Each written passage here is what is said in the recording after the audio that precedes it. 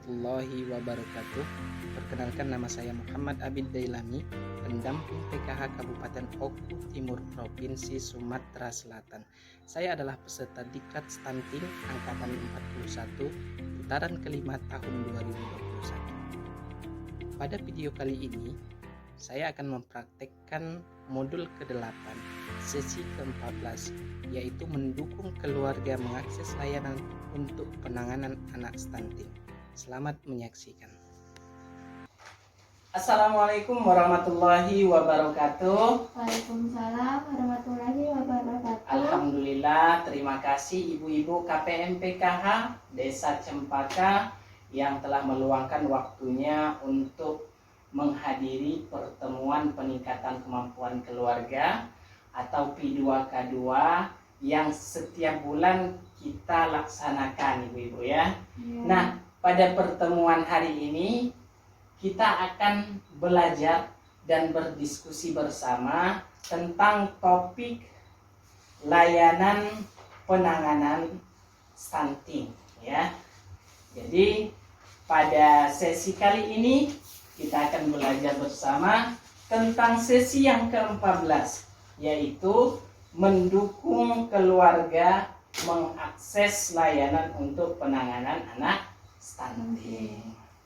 Pada bulan kemarin, ibu-ibu, apa yang kita pelajari? Pemetaan kemampuan diri, keluarga, dan lingkungan sekitar. Ya, betul. Jadi pada pertemuan sebelumnya kita belajar tentang pemetaan kemampuan diri dan lingkungan serta keluarga yang ada di sekitar kita ya. Nah, jadi ibu-ibu,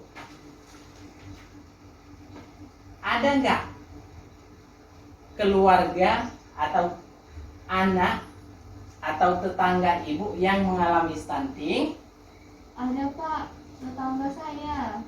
Nah, bagaimana kalau anak mengalami stunting? Melaporkan pada pihak terkait, Pak, seperti bidan desa. Ya, betul ya. Tepuk tangan buat Ibu Ria. Jadi benar ya. Kalau ada anak kita, keluarga kita, tetangga kita yang mengalami stunting, maka kita cepat-cepat untuk melaporkan. Contohnya tadi, Ibu Ria melaporkan dengan bidan desa ya. Nah, terima kasih Ibu Ria. Jadi ibu-ibu, bahwa keluarga dapat mengoptimalkan bantuan sosial untuk pemenuhan gizi ya. Jadi bantuan sosial yang ibu sudah dapatkan seperti program keluarga harapan, bantuan BPNT bisa digunakan untuk pemenuhan gizi anak ibu-ibu ya. Kemudian ibu-ibu juga harus menstimulasi terhadap anaknya ya. Nah, ini disesuaikan juga ibu-ibu ya. Materi ini sudah kita pelajari pada bulan-bulan sebelumnya ya, tentang stimulasi anak. Contohnya misalnya anak usia 0 sampai 6 tahun, 6 bulan ibu ya. Anak usia 0 sampai 6 bulan. Nah, bagaimana cara menstimulasinya? Contohnya misalnya mengajak anak untuk mengobrol ya, kemudian mendengarkan musik, kemudian menceritakan dongeng, kemudian apalagi ibu-ibu, bernyanyi ya, bernyanyi dan lain sebagainya. Juga ibu-ibu, anak yang usia 6 sampai dengan 12 bulan juga diberikan stimulasi ya, stimulasi sesuai dengan usia anaknya. Kemudian ibu-ibu, jika ada anaknya stunting juga, ibu-ibu bisa melaporkan dengan layanan yang ada di lingkungan sekitar ibu ya. Nah, di sini ada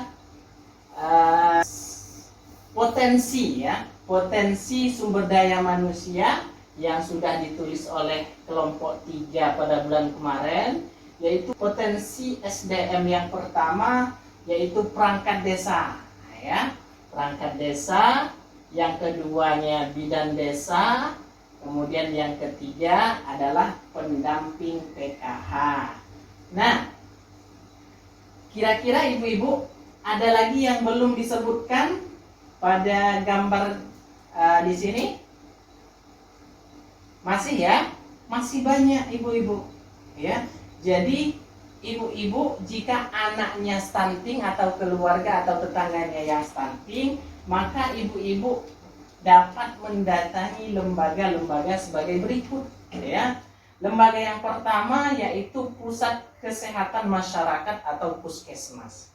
Ya. Jadi jika ada anak ibu atau keluarga ibu yang mengalami stunting, maka cepat-cepat melapor ke puskesmas terdekat ya. Misalnya di Desa Cempaka ini alhamdulillah kebetulan ada puskesmasnya Bu ya. Jadi ibu-ibu langsung saja untuk mendatangi atau mengunjungi puskesmas yang ada di Cempaka ini untuk mengatasi anak ibu yang stunting tersebut. Kemudian lembaga yang kedua adalah Posyandu ya. Ibu-ibu bisa menanyakan kepada layanan Posyandu yang ada di Desa Cempaka ini. Kemudian Pusat Kesejahteraan Sosial atau SLRT atau Puskesos SLRT. Kemudian Dinas Sosial juga ibu-ibu bisa melaporkan anaknya yang terkena stunting di Dinas Sosial setempat yang biasanya ini berada di kabupaten atau kota. Kemudian warung ya.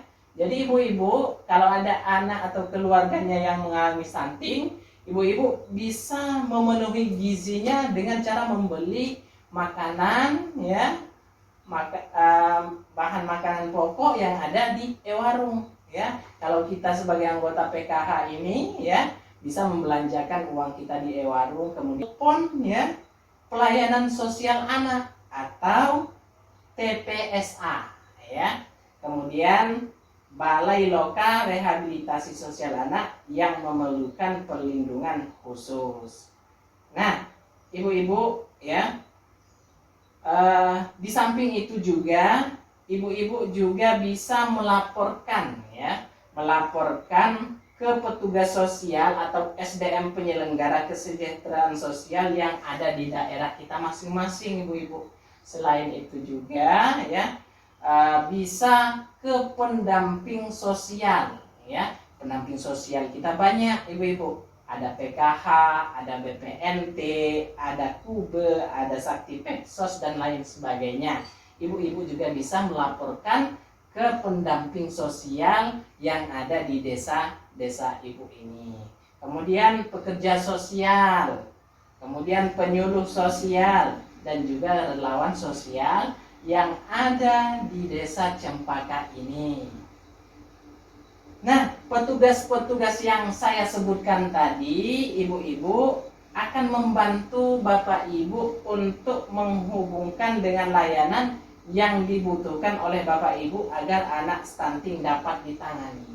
Jadi ibu-ibu jangan sungkan-sungkan ya untuk melaporkan kalau misalnya terjadi anak stunting, baik itu keluarga atau tetangganya yang mengalami stunting, jangan sungkan-sungkan untuk melaporkan kepada petugas-petugas yang sudah saya sebutkan tadi. Ya, itu saja yang bisa dapat saya sampaikan pada kesempatan ini ya. Semoga kita bisa mencegah terjadinya stunting ini dengan cara pemenuhan gizi anak ya.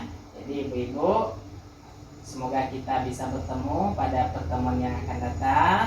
Terima kasih ibu-ibu sudah hadir pada kesempatan ini. Saya tutup. Assalamualaikum warahmatullahi wabarakatuh. Waalaikumsalam warahmatullahi wabarakatuh.